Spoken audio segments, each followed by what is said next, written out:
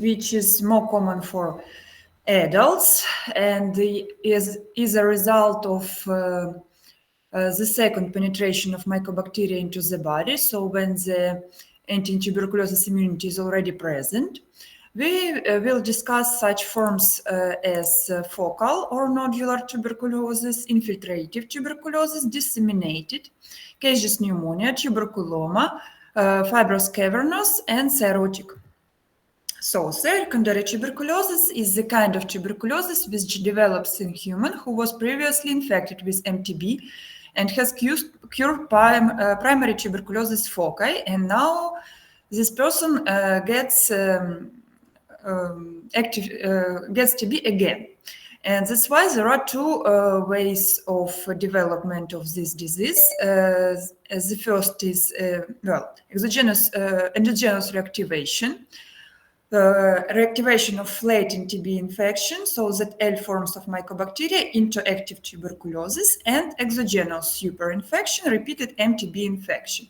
So even if anti-tuberculosis immunity is strong, if the person is in permanent non-protected TB contact with patient of active tuberculosis, the person will develop active TB disease, and this will be exogenous superinfection.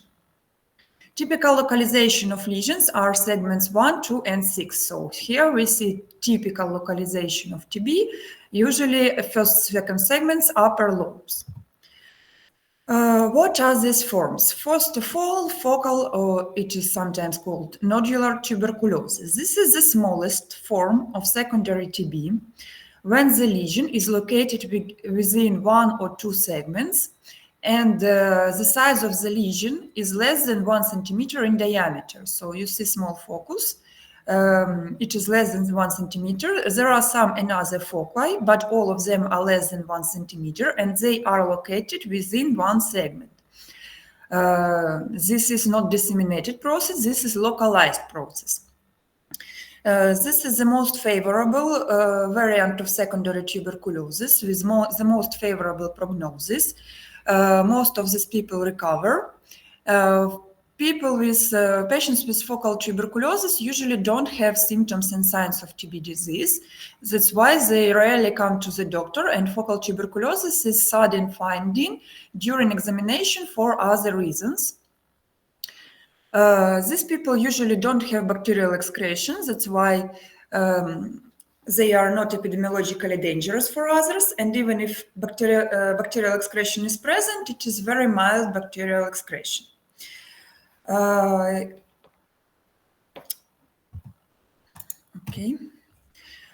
So in most cases, we see favorable consequences of this form, recovery with resorption, consolidation, and calcification.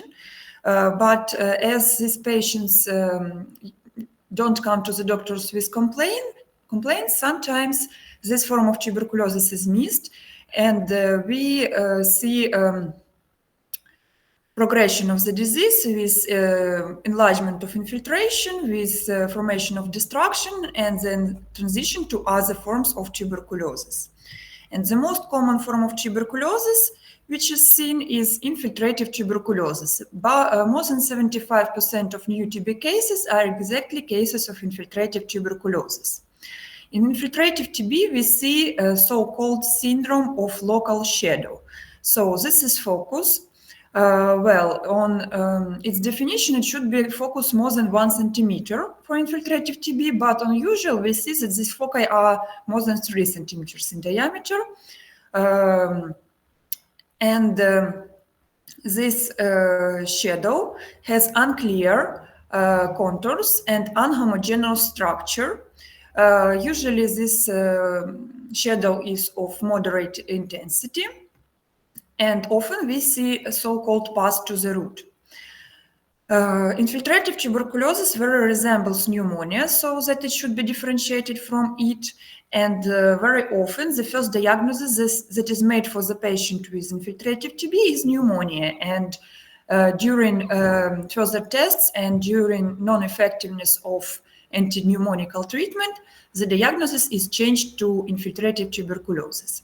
Also, I remind you that it is important to differentiate from pericancrotic pneumonia complicating lung cancer and post-infarction pneumonia complication lung infarction, as these pneumonia are also resistant to anti-pneumonical treatment, and recovery from these types of pneumonias is delayed. Differentiation with eosinophilic infiltration. I reminded that this infiltration can change its location and the atelectasis of the lung. In progression of infiltrative tuberculosis, we can see its different subtypes, which actually can be presented as stages of its development.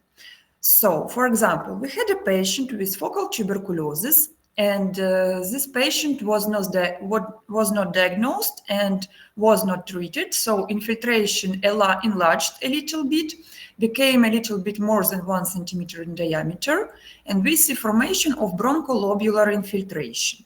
So infiltration within one lobule, a little bit more than 1 centimeter.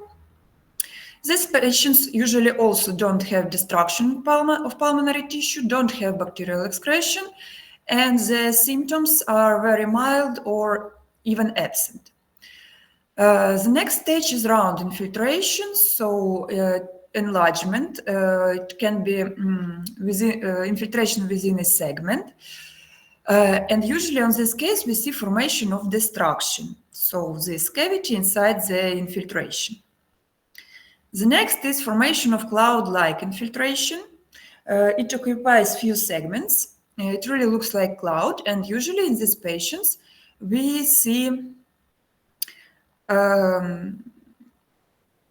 larger cavities. By the way, on this chest X-ray, on the 4th chest X-ray, can you please name me where is exactly lesion localized? Which lobe? Upper left lobe, I think. Okay, and what about the shadow of the heart? Is it usual? No, it's Normal.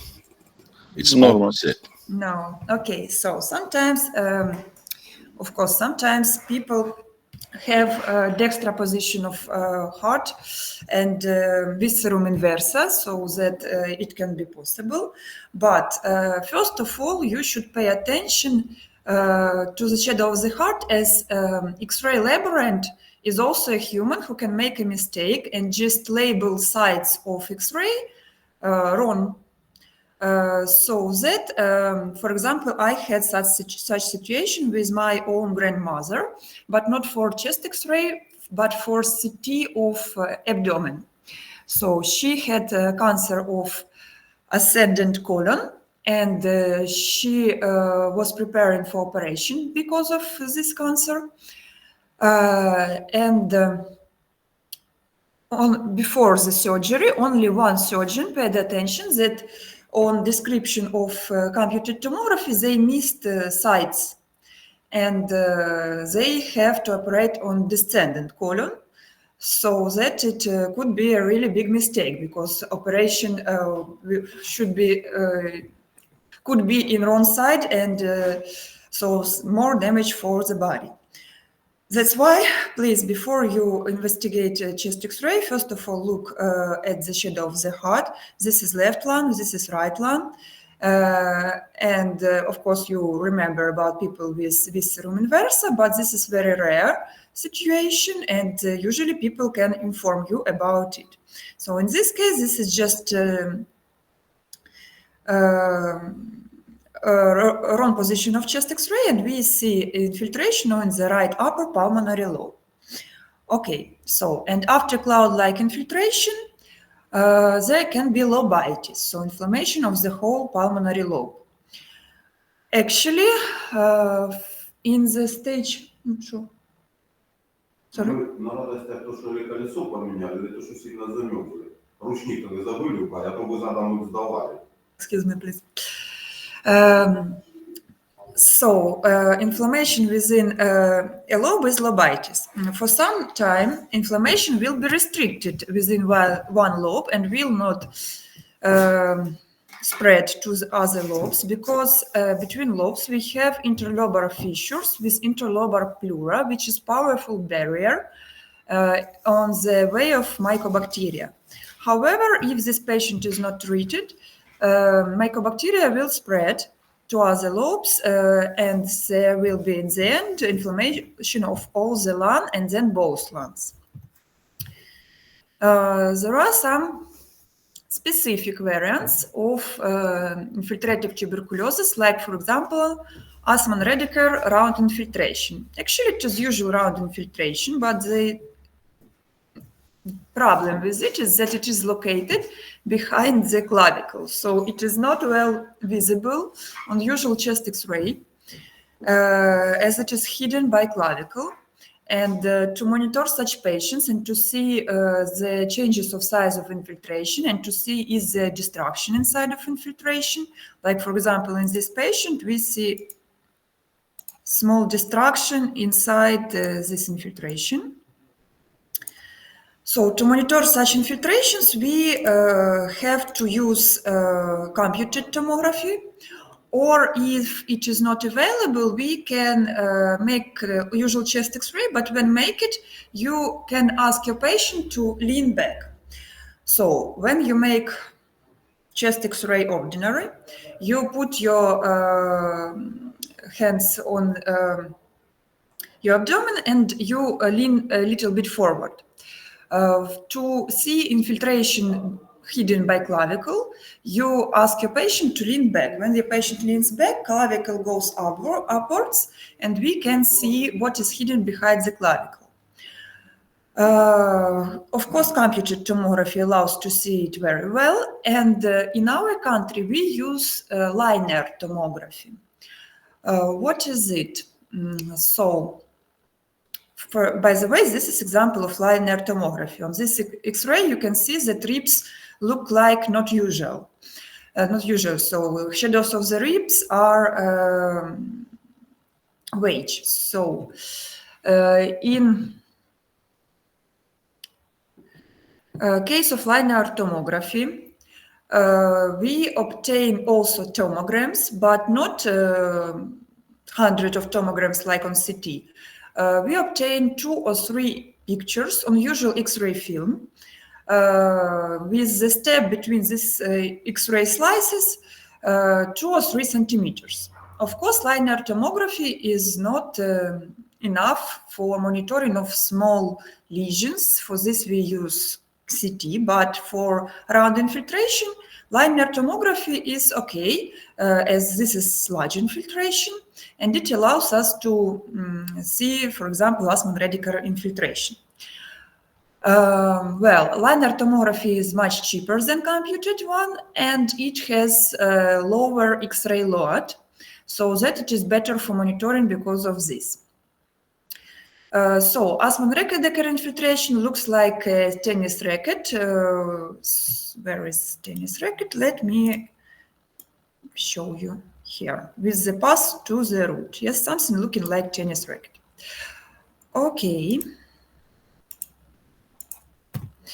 And one more specific type of infiltrative tuberculosis is periscissuritis. Periscissuritis is infiltration that starts near the interlobar pleura. Interlobar pleura is good barrier in the way of spreading of mycobacteria, so it stops their fast spreading to the lower lobe. But to the apex of the lung, there are no restrictions for mycobacteria to spread, so they are spreading free, and we see formation of so-called Sergeant's triangle with well-visible lower part and unclear upper contours, such a triangle. Well, actually, usual pneumonia also can look like periscissuritis, so that it is not very specific, but a little bit more common, we see periscissuritis in TB patients. So it is something like a red mark to think about tuberculosis if you see such a triangle on chest X-ray. The next form of tuberculosis is caseous pneumonia. This is the most acute among the secondary forms of tuberculosis. It is only up to 5% of new TB cases, but with very high mortality. More than 60% of patients with caseous pneumonia die, and they die very quickly, within a month. Caseous pneumonia develops in people with very weakened immunity, and not only T cells like in HIV, but all other branches of immune response. So usually this is seen in patients with severe malnutrition, in patients with severe alcohol abuse, and in patients with pronounced cancer. And in HIV also can be, but more often in those categories. The main X-ray syndrome is cavity syndrome. So in caseous pneumonia, there is high intoxication, high fever, all the pulmonary lobe or even all the lungs are quickly infiltrated by mycobacteria during 2-3 weeks. And pulmonary tissue is destructed during these 2-3 weeks. The patient produces up to half a liter of sputum per day. So actually, in fact, the patient coughs out on lungs. And most of these people die during a month because of severe intoxication or because of pulmonary bleeding, when this fast destruction destructs pulmonary vessels. So cavity syndrome, you see a lot of cavities in the lungs. Look at the first chest X-ray. Large cavity 1, smaller 2, and a lot of another small cavities. Lung is looking like a piece of cheese. There are two subtypes of caseous pneumonia: lobar form, when the infiltration and destruction is located within one lobe, and lobular form, when all the lungs are destructed. Here you can see an example of caseous pneumonia in women who had, you see, lobular form of caseous pneumonia. All the lungs were affected.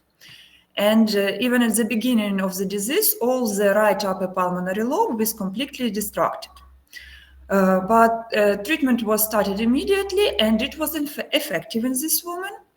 And the infiltration disappeared, but even when infiltration disappeared, we see that all the right upper and left upper pulmonary lobes were completely destructed. Only lower parts of the lungs are functioning.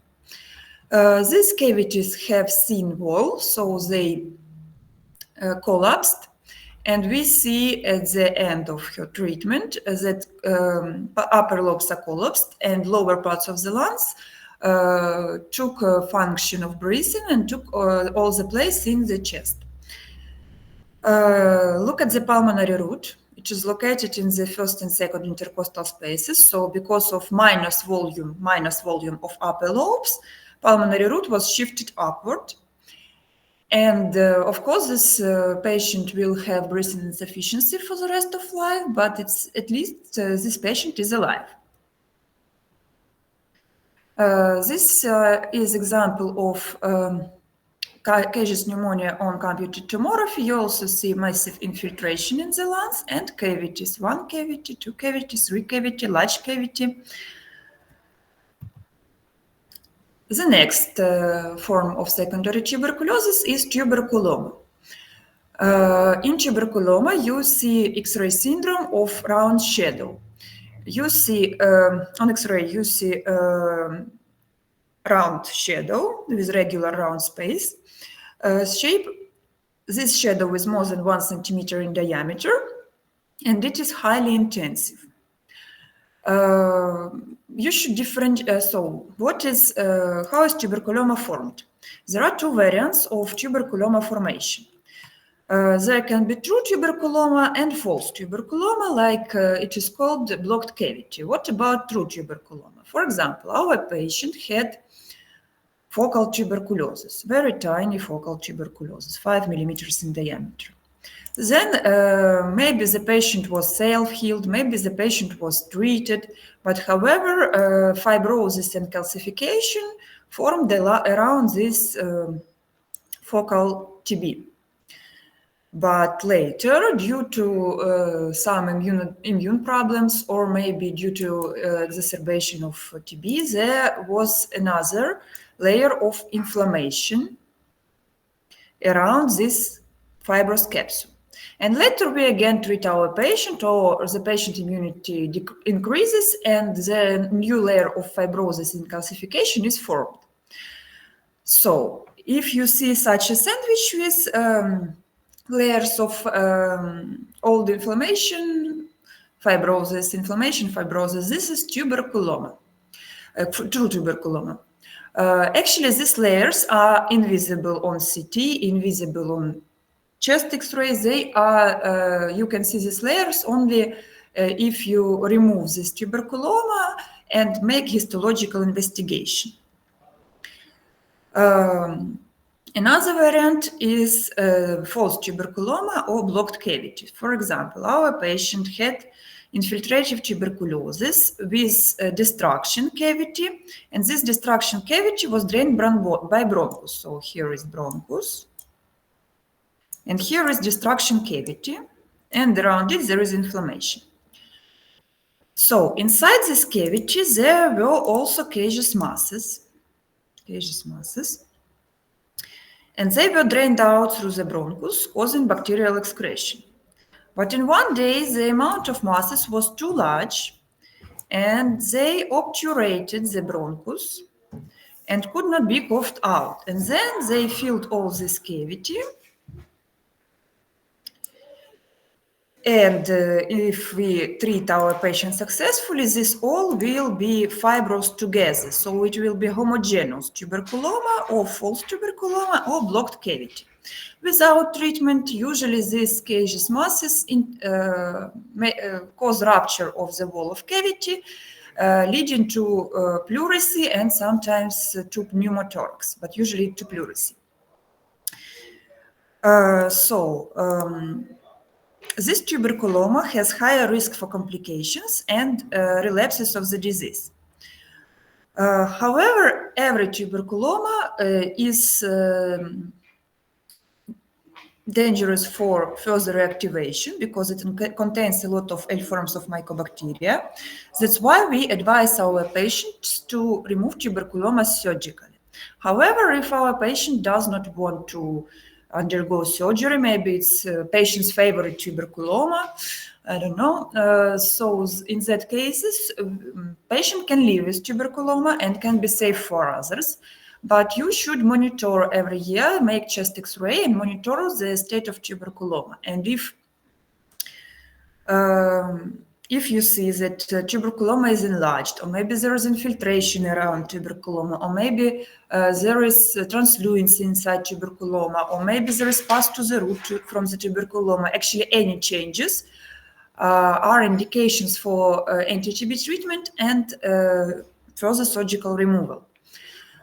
Okay, so tuberculomas should be differentiated from, first of all, by the way, if you want to know, on chest X-ray, false and true tuberculomas look similar, so you cannot differentiate them. Only if you removed it and make histological investigations, then you can differentiate them. On chest X-ray, they are similar.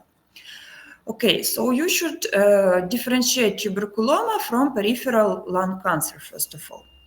Actually, even having only one usual chest X-ray, you also can make differentiation based on intensity of the shadow. There are three levels of intensity on usual chest X-ray: low, moderate, and high. So, low intensity, what is the color of low intensity? Look at the pulmonary root, and from the pulmonary root you see vessels, branches of vessels going to the periphery. They are very pale, and this is low intensity on chest X-ray. Low intensity is typical for beginning of inflammation. For example, focal tuberculosis at its onset will be of low intensity, and that's why it is not well visible on chest X-ray. The next step of intensity is moderate intensity. Once again, look at the pulmonary route. In pulmonary route, you see bright white dots. These are also shadows of vessels, but they are seen in transversal view. So they are growing like in the same way as X-rays are going through the body during chest X-ray. So these bright dots of vessels are of moderate intensity, and the moderate intensity will be for pronounced infiltration, like for example, infiltrative tuberculosis or pneumonia, and for soft tissues, like cancer tumors, for example. And the high intensity, the last one, look at the rib. And in the edge of the rib, there is brightly white stripe. This is cortical layer of the rib. And this is high intensity. Tuberculomas will be of high intensity because it is calcification. And that's why it's intensive on chest X-ray. However, this method is not very specific, so it just allows you to suppose what is it. The best is to differentiate the tuberculoma from cancer by biopsy, but before biopsy, you also should make computed tomography. It helps a lot to differentiate them. Well, first of all, computed tomography allows to measure density more accurately and to understand which density is it, soft tissue density or calcification density. And you can also perform computed tomography with use of contrast fluid. Contrast is accumulated by formations that have a lot of vessels. Cancer tumor is growing, so it has a lot of vessels, and that's why cancer is accumulating contrast very good. Tuberculoma is calcification without vessels, no vessels are present, so it does not accumulate contrast. However, the final decision is made after biopsy. Also, you should differentiate from benign tumors from cysts, echinococcal cysts, retention cysts, aspergillomas, encapsulated pleurisy, and arteriovenous aneurysms. I remind you that presence of aneurysm in the lung increases the risk of presence of the same aneurysm in the brain. That's why if you see aneurysm in the lung,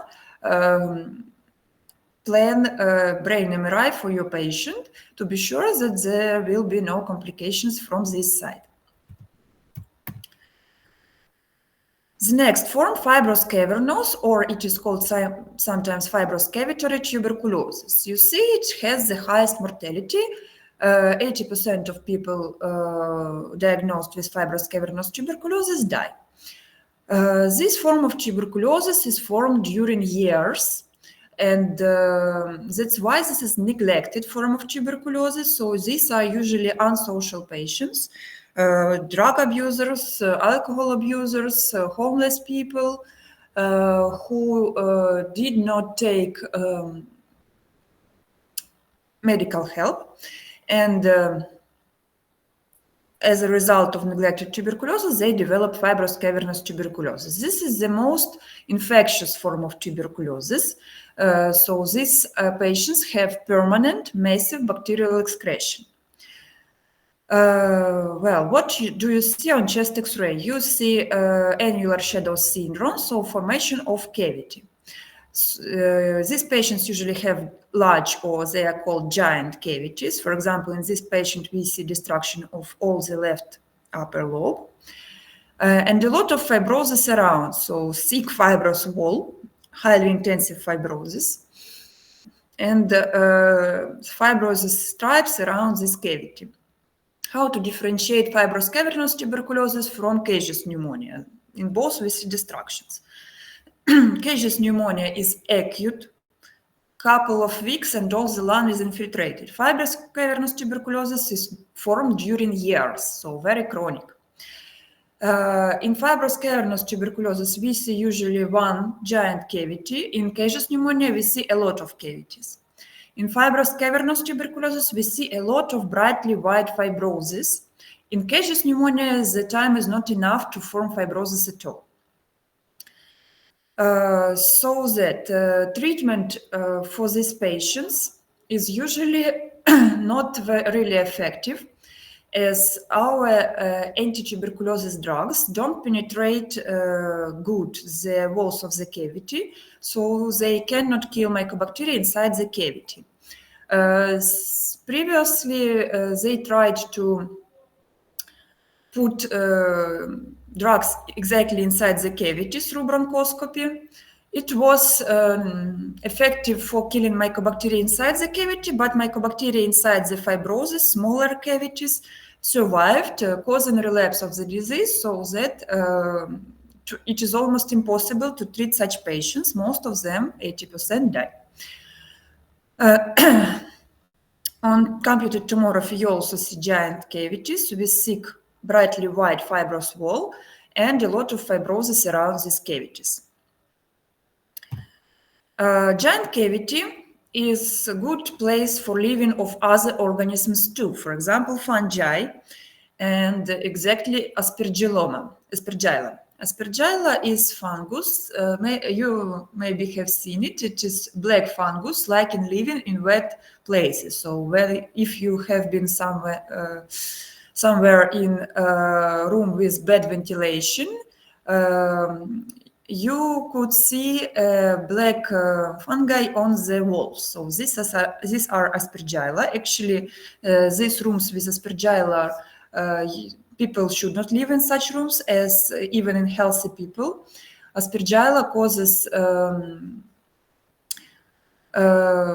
a lot of respiratory diseases, repeated episodes of influenza, asthma, so a lot of problems. And if the patient has giant cavity, these are all absolutely ideal conditions for living of Aspergilla.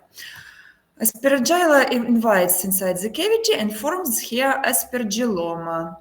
This is ball of mycelium.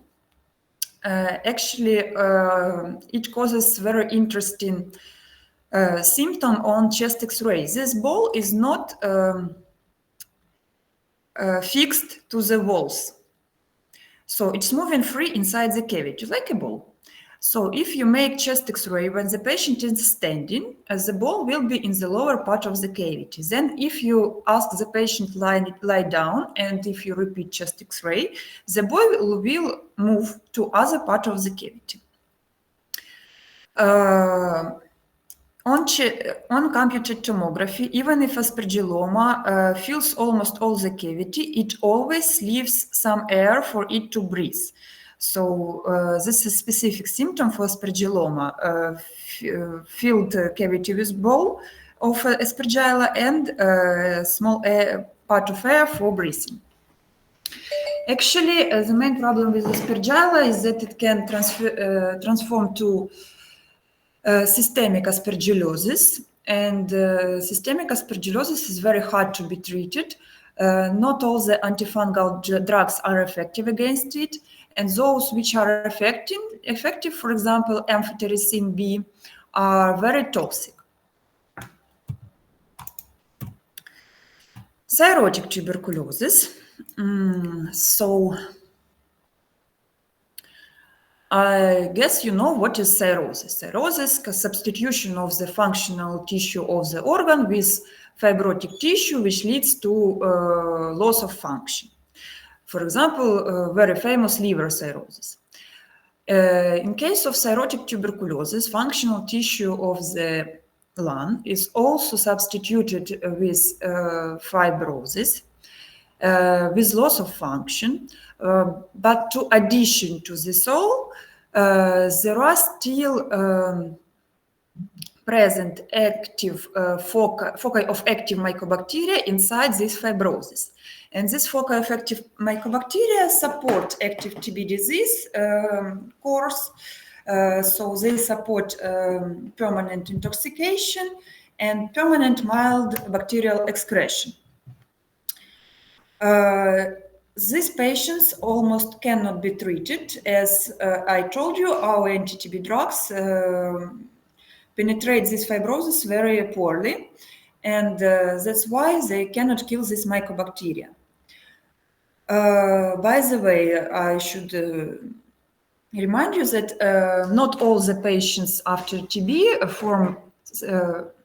after pronounced form of TB form cirrhotic tuberculosis. If the patient was treated from the first day, they can form cirrhosis after TB with elimination of mycobacteria, with just a lot of fibrosis without mycobacteria. So tuberculosis can lead to cirrhosis or cirrhotic tuberculosis. In cirrhotic tuberculosis, active TB, active mycobacteria are still present inside this fibrosis.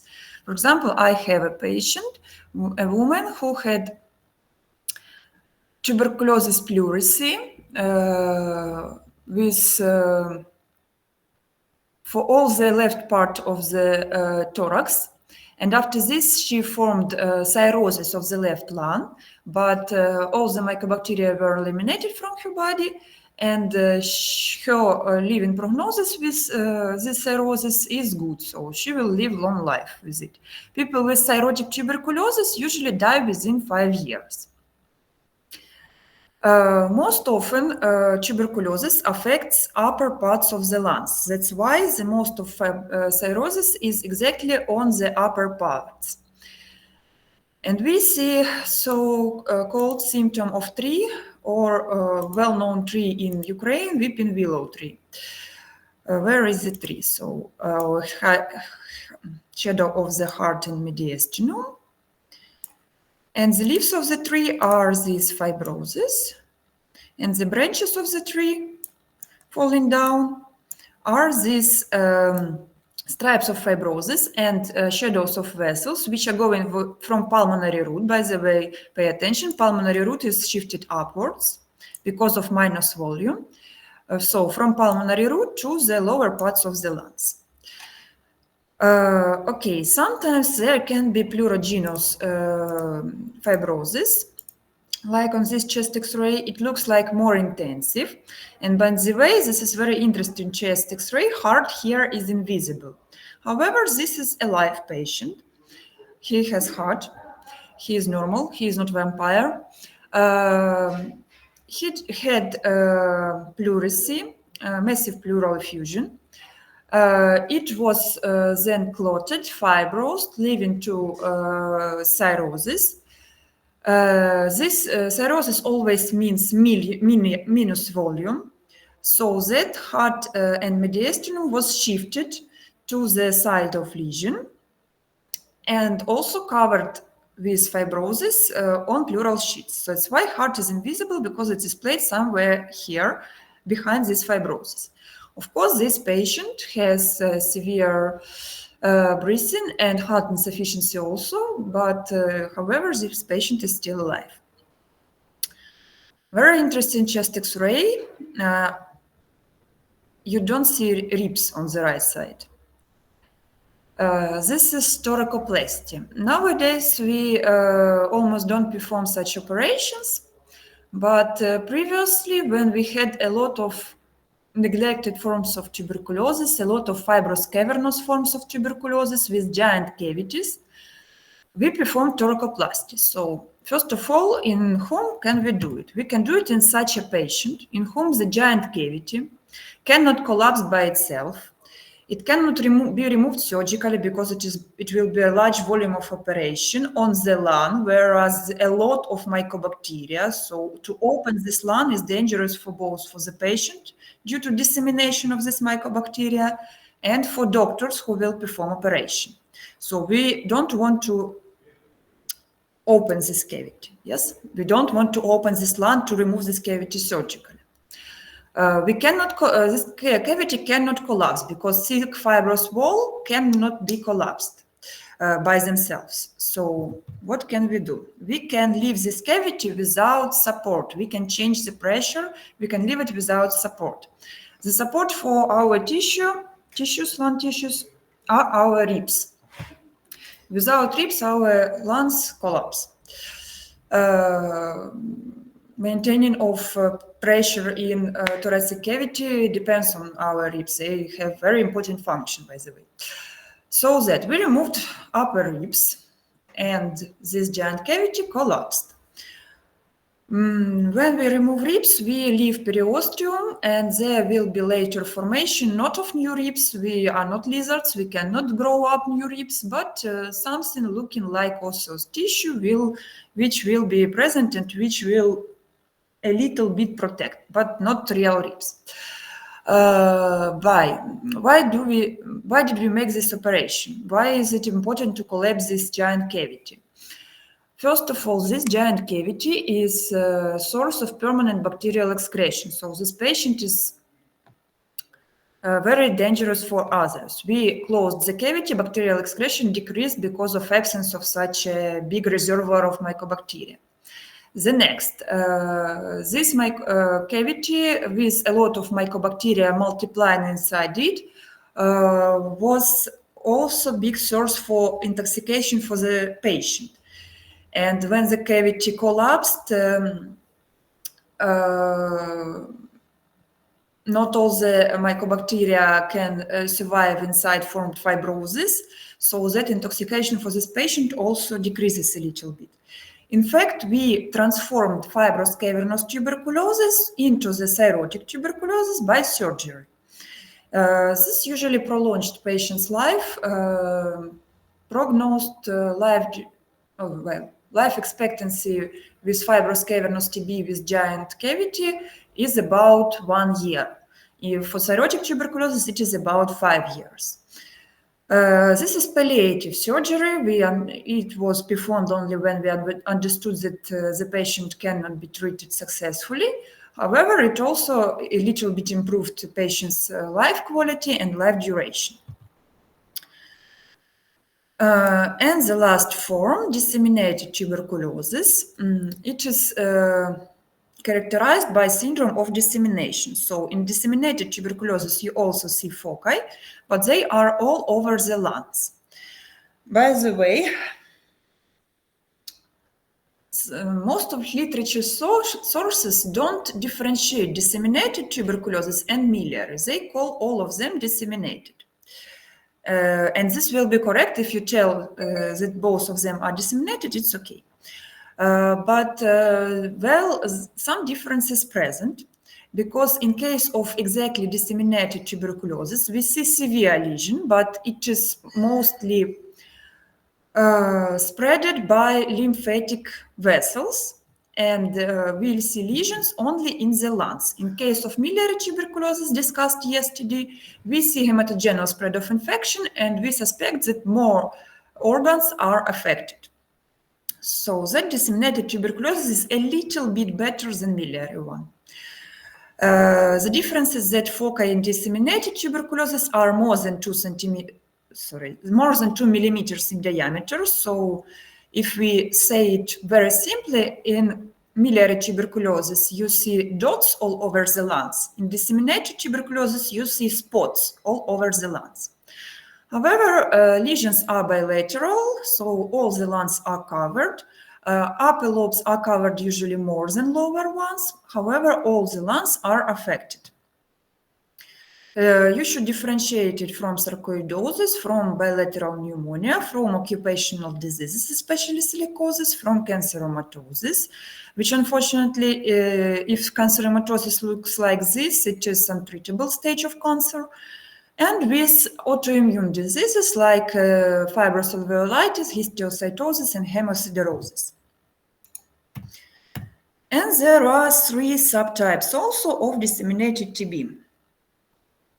Well, it starts with acute disseminated TB. It is onset of the disease, when you see only a lot of foci of infiltrations of all the lungs. All these foci are of moderate intensity with unclear contours and non-homogeneous structure. You don't see fibrosis here. It is not enough time to form fibrosis. You don't see destructions here. Just a lot of shadows all over the lungs of moderate intensity and non-homogeneous structure. Somebody called that this is looking like snowstorms on chest X-ray. A lot of snowflakes covering all the lungs, large snowflakes. The next stage is subacute. In subacute stage, you see polymorphous X-ray picture. You will see together one by one. New foci, which will be of moderate intensity and with unclear contours and non-homogeneous structure, and old foci, which are already fibrosed, and they are more dense, more intensive, and more homogeneous. Also, in subacute stage, we see formation of distractions. The lungs are affected simultaneously and similarly. So the distractions usually appear also simultaneously in both lungs, and they are similar. And we often see in upper lobes, as upper lobes are affected more than lower ones. In upper lobes, we see two similar round cavities, and somebody called it a symptom of stamped cavity, like somebody took a stamp and made two stamps in upper lobes. Or it is called sometimes symptom of glasses. Later, if the patient starts recovery, there can be formation of chronic disseminated tuberculosis. So in chronic, we see that most lesions are fibrosed and calcified, so they are brightly white. Cavities can be in different parts in this stage, and cavities have a thick, brightly white wall, and the cavities are deformed due to fibrosis. And somebody called it X-ray symptom of stars on black sky. They called this brightly white fibrosis plus calcification stars, and background pulmonary tissue which is still breathing, black sky. This pulmonary tissue which is functioning is even darker than usual on chest X-ray because of emphysema. Of course, this patient has breathing insufficiency.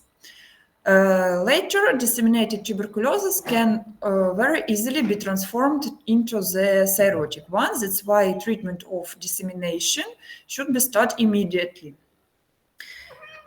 Okay, so for now, that's all for our lecture. Do you have questions? I can screenshot.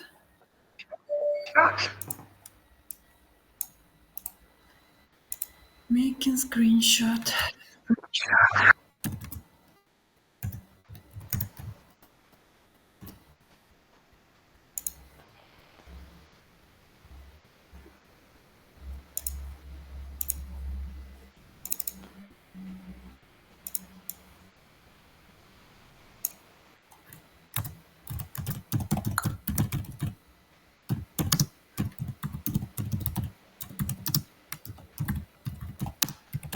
Good morning.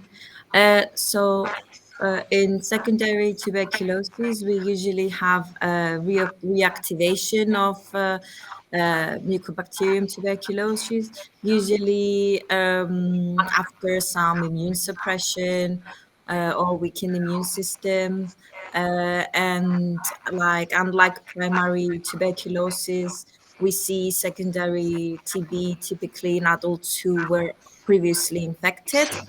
So it's a reactivation. Usually we can observe it in the upper lobes of the lungs due to the highest oxygen tension, which is like a more favorable environment for Mycobacterium.